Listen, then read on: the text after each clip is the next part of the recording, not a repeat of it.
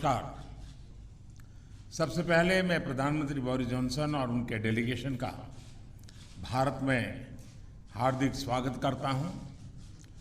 प्रधानमंत्री के रूप में भले ही यह उनकी पहली भारत यात्रा है, लेकिन एक पुराने मित्र के रूप में वे भारत को बहुत अच्छे से जानते हैं, समझते हैं।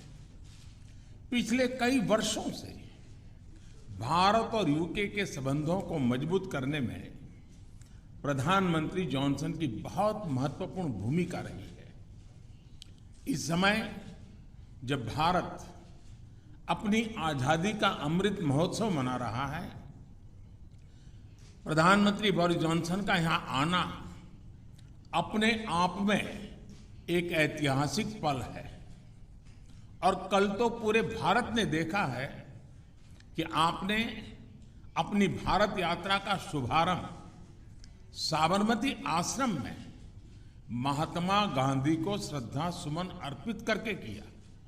फ्रेंड, पिछले साल हमने दोनों देशों के बीच कॉम्प्रिहेंसिव स्ट्रेटेजिक पार्टनरशिप की स्थापना की थी और इस दशक में अपने संबंधों को दिशा देने के लिए हमने एक महत्वाकांक्षी रोड मैप 2030 भी लॉन्च किया था।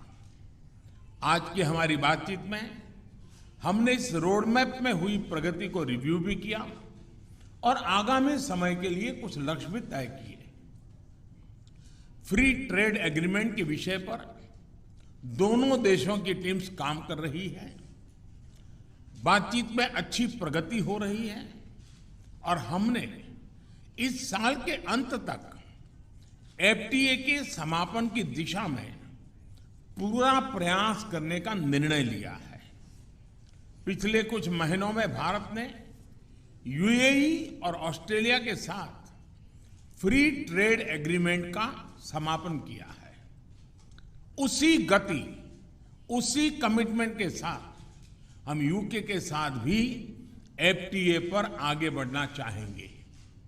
हमने रक्षा क्षेत्र में सहयोग बढ़ाने पर भी सहमति व्यक्त की है। रक्षा क्षेत्र में मैन्युफैक्चरिंग, टेक्नोलॉजी, डिजाइन और डेवलपमेंट सभी क्षेत्रों में यूके द्वारा आत्मनिर्भर भारत के समर्थन का हम स्वागत करते हैं। फ्रेंड्स, भारत में चल रहे व्यापक रिफॉर्म्स हमारे इंफ्रास्ट्रक्चर मॉडर्नाइजेशन प्लान और नेशनल इंफ्रास्ट्रक्चर पाइपलाइन के बारे में भी हमने चर्चा की।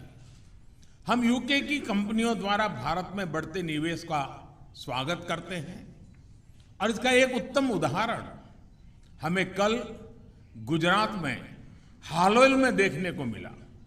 यूके में रहने वाले 1.6 मिलियन भारतीय मूल के लोग समाज और अर्थव्यवस्था के हर क्षेत्र में सकारात्मक योगदान कर रहे हैं।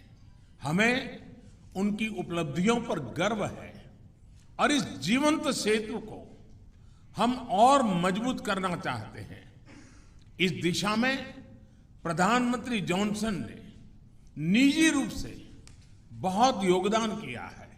इसके लिए मैं उनका अभिनंदन करता हूं।